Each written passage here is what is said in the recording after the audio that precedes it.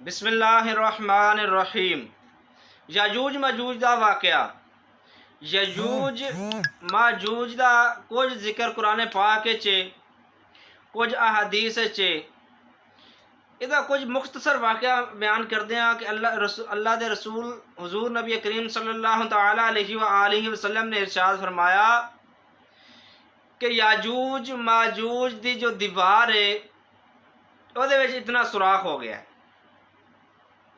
वो शाम तक खाते रहते हैं, चटते रहते हैं उस दीवार नूं, और शाम नूं कहते हैं कि वो इतना सुराख हो जाता है, शाम नूं कहते हैं कि जी अगले दिन ये दीवार टावांगे तो अगे वध जावांगे। लेकिन अल्लाह तबारक व तआला दे रहमत नाल वो दीवार मुकम्मल फिर उत्थे तामीर हो जाती जिथे वो है सी। वो अगले दिन आंदे ने दीवार फिर उवें तामीर होंदी है। क़यामत दे नज़दीक उन्हां चों एक याजूज माजूज दा जिहड़ा उन्हां दी लोग ने उन्हां चों एक कहेगा इंशाअल्लाह अगले दिन असी इस दीवार नूं खा के चट के या तोड़ के अगे वधांगे।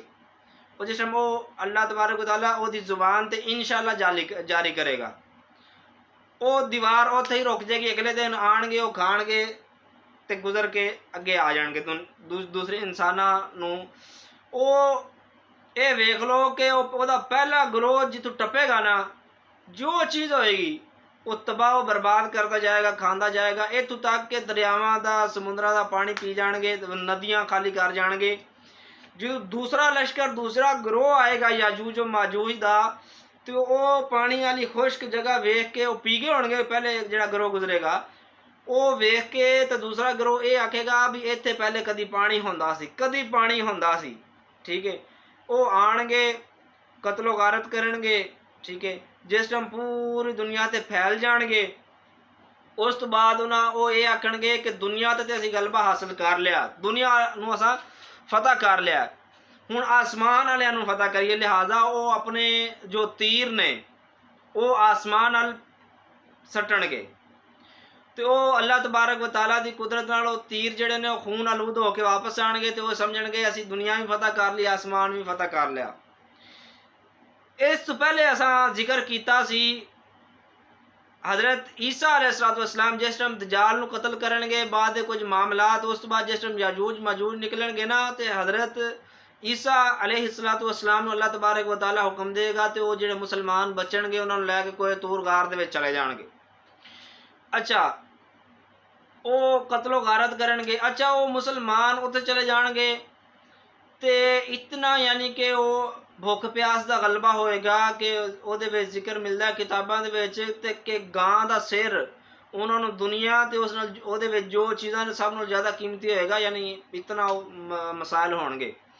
तो फिर मुसलमान जो ने हज़रत ईसा अलैहिस्सलाम नूं अर्ज़ करनगे भी ये तो भुख प्यास बड़ी है। तो उधर याजूज माजूज पूरी दुनिया ते काबिज हो जाएंगे, तबाह बर्बाद हो जाएंगे, नुकसान पहुँचाएंगे।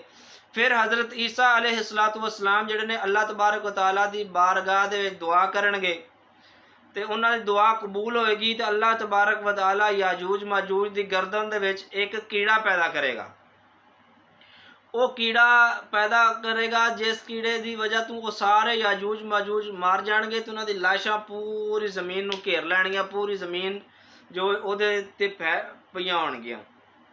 तो फिर अल्लाह तबारक व तआला कुछ परिंदे भेजेगा जो उन्हां दियां लाशां जिहड़ियां ने चुक के लै जाणगे, किधरे सट देणगे जिथे अल्लाह तबारक व तआला दा उन्हां नूं हुक्म होएगा।